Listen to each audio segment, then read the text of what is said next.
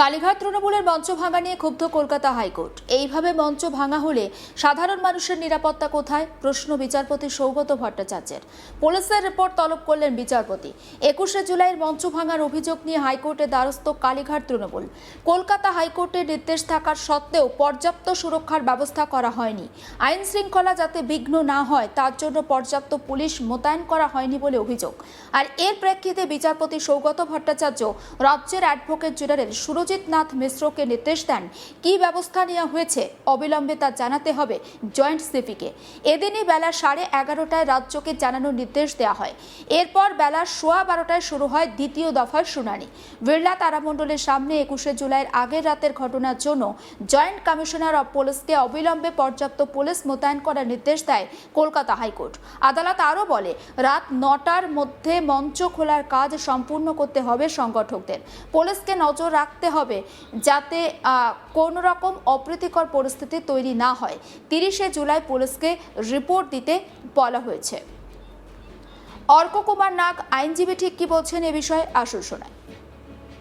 দেখুন, আমরা গতকাল রাত্রি 11:50 হাইকোর্টে অ্যাপ্রোচ করেছিলাম একটি অ্যাপ্লিকেশনের মাধ্যমে, এবং তাতে অনারেবল চিফ জাস্টিস আমাদের অ্যালাউ করেন যে আজকে সকালবেলা যাতে ফার্স্ট সিটিংয়ে আমরা জাস্টিস সৌগত ভট্টাচার্যের ঘরে বিষয়টি দৃষ্টি আকর্ষণ করি, এবং অ্যাকর্ডিংলি আজকে সকালবেলা সেটা দৃষ্টি আকর্ষণ করা হয়। জাস্টিস সৌগত ভট্টাচার্য আমাদের লিভ দেন যাতে 11:30টায় মামলাটা থাকবে। 11:30টায় যখন মামলাটা নেওয়া হয় সেই সময় লার্নেড অ্যাডভোকেট জেনারেলের রিকোয়েস্টে সেটাকে ডেফার করা হয় 12:15 পর্যন্ত। 12:15-র সময় মামলা যখন নেওয়া হয় তখন অ্যাডভোকেট জেনারেল বলেন যে কোনো ঘটনা খুব একটি ঘটেনি, আর যারা ওখানে ছিল তারা কিছু বাইকার্স ছিল দু-চার জনের। কিন্তু আমরা গতকালের আমাদের অ্যাপ্লিকেশনের মাধ্যমে রেজিস্ট্রিতে আমরা যা ভিডিও আমাদের কাছে ততক্ষণ পর্যন্ত ছিল সেই ভিডিও আমরা দিয়েছি, এবং সেই ভিডিও জজ সাহেবরা দেখেছেন, সেটা জজ সাহেবরা নিজেরাই মামলার পরবর্তীকালে বলেন। এবং আমাদের অ্যাপ্লিকেশন কনসিডার করে জজ সাহেব 3টে স্পেসিফিক অর্ডার পাস করেছেন। একটা হচ্ছে যে পুরো টাইমটাতে যাতে নেসেসারি প্রোটেকশন থাকে সেটা কলকাতা পুলিশ এনশিওর করবে। 2 নম্বর হচ্ছে রাত্রি 10টা পর্যন্ত প্রোটেকশন থাকবে। 9টার মধ্যে আমাদের যা ওখানে স্টেজ আছে সেগুলো আমরা ডিসমেন্টেল করে নেবো, এবং যেরকমভাবে একটা জায়গা যেই পদ্ধতিতে আমরা জায়গাটাকে নিয়েছি সেরকম জায়গায় আবার রিস্টোর করে দিতে হবে, সেই ব্যবস্থা নেওয়া হবে। এবং সেই সময় পুলিশ আমাদের সাথে সহযোগিতা করবে এবং পুলিশ থাকবে। At the same point of time তৃতীয় যেটা খুব ইম্পর্টেন্ট একটা অ্যাসপেক্ট, সেটা হচ্ছে জয়েন্ট কমিশনার অফ পুলিশ হেডকোয়ার্টারকে ডাইরেকশন দিয়েছেন যে উনি ব্যক্তিগতভাবে একটি রিপোর্ট ফাইল করবেন, এবং সেটি ফাইল করবেন 31শে জুলাই যখন মামলাটা থাকবে। এবং সেই রিপোর্টে উনি স্পেসিফিক্যালি জানতে চেয়েছেন যে 15ই জুলাইয়ের অর্ডার পাস করা থেকে নিয়ে 21শে জুলাইয়ের ঘটনা শেষ হওয়া পর্যন্ত, প্রোগ্রাম শেষ হয়ে ডিসম্যান্টল স্টেজ হওয়া পর্যন্ত পুলিশ কী স্টেপস নিয়েছে, কী ঘটনা ঘটেছে কী না ঘটেছে, সেটা এফিডেভিটের মাধ্যমে মানে হলফনামার মাধ্যমে একটি রিপোর্ট জমা দেওয়ার নির্দেশ দিয়েছেন justice Sougata Bhattacharya joint CP হেডকোয়ার্টারের উপর। সমস্ত বিষয়টা নিয়ে আমার কালিক মানুষ নস্কর তার রিপোর্টে কি রেখেছেন আসুন দেখায়। কালীঘাট তৃণমূলের 21শে জুলাইয়ের মঞ্চ ভাঙার অভিযোগ, যদিও সেই অভিযোগ খুব একটা আমল দিতে রাজি নয় রাজ্য। আজকে আমরা জানি যে আজকে সকালে তড়িঘড়ি তৃণমূল কংগ্রেসের পক্ষ থেকে এই বিষয়ে বিচারপতির দৃষ্টি আকর্ষণ করা হয়েছিল। যদিও তাদের বক্তব্য গতকাল রাতেই তারা কলকাতা হাইকোর্টে একটি অ্যাপ্লিকেশন দায়ের করেছিলেন এই বিষয়ে, যে কালীঘাট তৃণমূলের যে মঞ্চ বাঁধার নির্দেশ কলকাতা হাইকোর্ট দিয়েছিল বিড়লা তারামণ্ডলের সামনে, সেই মঞ্চের ওপরে হামলা করা হয়েছে এবং ভাঙচুর করা হয়েছে।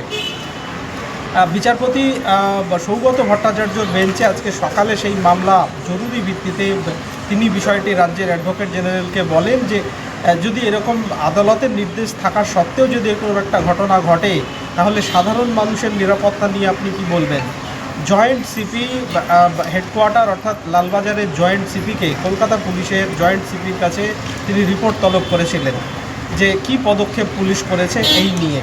সেই বিষয়ে রাজ্যের অ্যাডভোকেট জেনারেল দ্বিতীয় দফায় যখন শুনানি হয় তখন জানান যে কয়েকজন 5-6 জন ব্যক্তি দুটি বাইকে তারা এসে রাস্তার উল্টো দিক থেকে, যেদিকে মঞ্চ তার উল্টো দিক থেকে স্লোগান দিচ্ছিলেন। সেই নিয়ে কেউ কোনো পথচারী রাস্তা দিয়ে যাওয়ার সময় যদি স্লোগান দেন, কোনো রকম যদি মন্তব্য করেন, পুলিশের পক্ষেও কিছু করা চট করে সম্ভব হয় না। পাশাপাশি একই সঙ্গে অ্যাডিশনাল অ্যাডভোকেট জেনারেল বিল্লদল ভট্টাচার্য তিনি জানান যে তৃণমূল কংগ্রেস, কালীঘাট তৃণমূল কংগ্রেস কলকাতা হাইকোর্টে আবেদন করতে পারলো রাত্রে, গতকাল রাতে, অথচ পুলিশের কাছে একটি লিখিত অভিযোগ দায়ের করতে পারল না। রাজ্যের বক্তব্য যে পুলিশকে হোয়াটসঅ্যাপে জানানো হয়েছিল যে এরকম একটি ঘটনা ঘটেছে, পুলিশ তারপর যথারীতি পদক্ষেপ করেছে।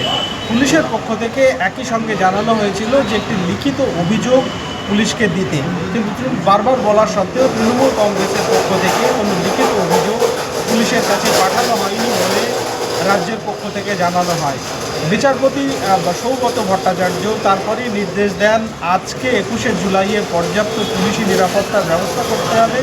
পাশাপাশি রাত্রি 10টা পর্যন্ত, রাত্রি 9টার মধ্যেই মঞ্চ খোলার নির্দেশ দিয়েছেন বিচারপতি, খোলার সময় দিয়েছেন। তার জন্য পুলিশকে রাত্রি 10টা পর্যন্ত বিড়লা তারামণ্ডলের সামনে ওই অংশের নিরাপত্তা বজায় রাখতে হবে এবং পর্যাপ্ত পুলিশি নিরাপত্তা যাতে বজায় থাকে তার ব্যবস্থা করতে হবে বলে বিচারপতি সৌগত ভট্টাচার্য জানান। একই সঙ্গে এই মামলার 30 জুলাই ফের শুনানি হবে। সেখানে 30 জুলাই রিপোর্ট দিয়ে জয়েন্ট সিপিকে রিপোর্ট দিয়ে জানাতে হবে যে কলকাতা হাইকোর্টের এই নির্দেশ মতো তিনি কী পদক্ষেপ করেছেন বা ঠিকঠাক পদক্ষেপ করা হয়েছিল কি না তা রিপোর্ট দিয়ে জানাতে হবে।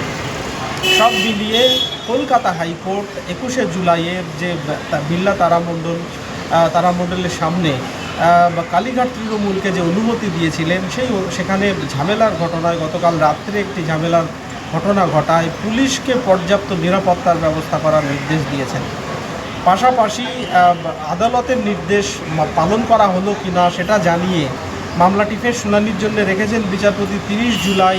ওই দিন এই মামলার শুনানিতে জয়েন্ট সিপিকে রিপোর্ট দিয়ে জানাতে হবে তিনি কলকাতা হাইকোর্টের নির্দেশ কতদূর পালন করেছেন।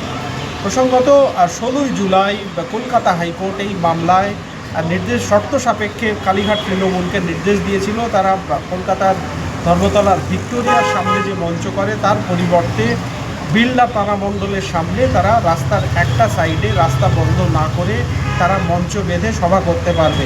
সর্বোচ্চ 2500 কর্মী সমর্থক সেই সভায় হাজির থাকতে পারবেন বলে বিচারপতি জানান। একই সঙ্গে 20 জন ভলান্টিয়ারের নাম আগের দিন গত শুক্রবারেই অ্যাপ্লিকেশন করে তাদের নাম এবং তাদের মোবাইল নম্বর ঠিকানা সমস্ত জানাতে নির্দেশ দিয়েছিলেন বিচারপতি। তা সত্ত্বেও গতকালকে রাতে যখন 21শে জুলাইয়ের মঞ্চ বাঁধার কাজ চলছে সেই সময় হামলা করা হয় বলে অভিযোগ, মঞ্চ ভাঙচুর করা হয় বলে অভিযোগ ওঠে। যদিও পুলিশের পক্ষ থেকে রাজ্যের অ্যাডভোকেট জেনারেল সুরজিৎ নাথ মিত্র তিনি জানান যে কয়েকজন পথচারী যারা বাইকে করে এসেছিলেন তারা মঞ্চের উদ্দেশ্যে রাস্তার উল্টো দিক থেকে কিছু স্লোগান দিয়েছিলেন।